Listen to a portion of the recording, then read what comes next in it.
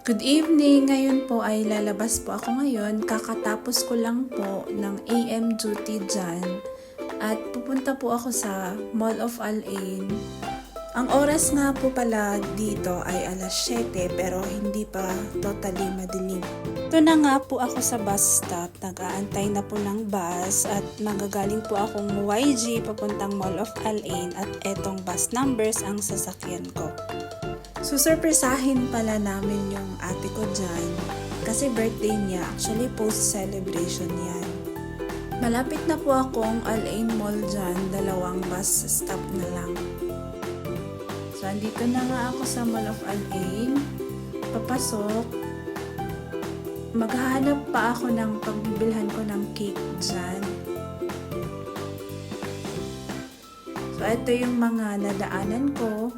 Dito pala sa Al-Ain, etong Mall of Al-Ain po ay common na pasyalan. Meron nga palang mga pastries tsaka cakes dito sa Carrefour, kaya dito na lang ako bibili. Eto mga breads nila. Masasarap po yung mga yan, tsaka naka-sale din po yan. Kaya affordable po siya.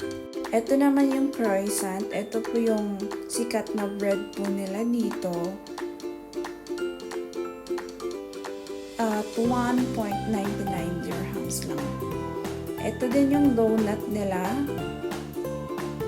At 0.99 dirhams naman. Ito naman po yung mga cakes nila.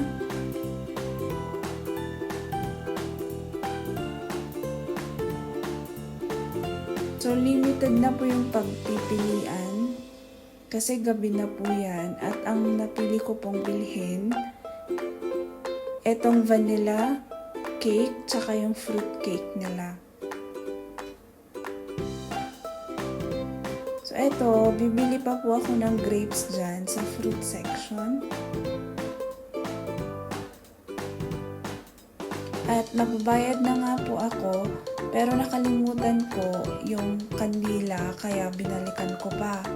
So bumili ako ng 2 kasi 44 na si ate. At pumunta ako dito sa Dunkin kasi dito kami magkakape at magse-celebrate. Habang inaayos ko tong kandila, sakto paparating na sila ate dyan.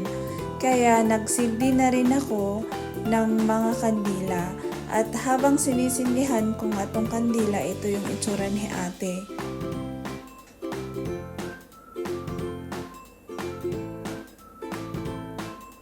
Happy birthday to you.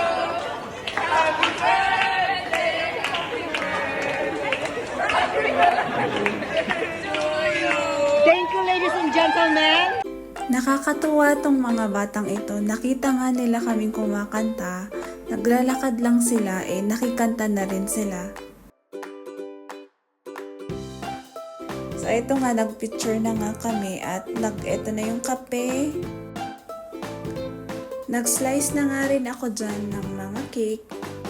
Kasama din pala namin yung kapatid kong lalaki dyan. Bale, 3 po kaming nandito sa Al-Ain, dito sa UAE.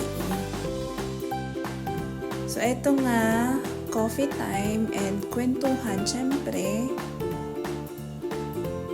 Thank you kay Ate Weldy na nag-video.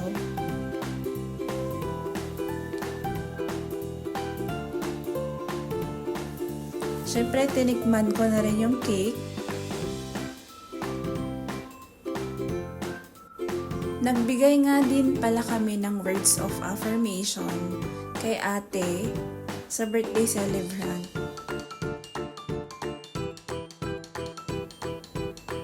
Yan, picture ulit. And tapos na po, pina-take out na po yung cake sa akin. Hindi namin namalayan, alas 12 na pala ng madaling araw kami natapos. Nagpaalam na nga kami dyan at pauwi na kami sa aming mga sari-sariling bahay. Nag-cross na rin po ako dito sa pedestrian. Papunta po akong bus stop dyan. Mag-aantay po ng bus. Meron pa pong bus sa gantong oras. Ganto nga po pala itsura ng bus stop. Meron pong CCTV sa loob at air conditioned. At andito na nga po ako sa bus pauwi.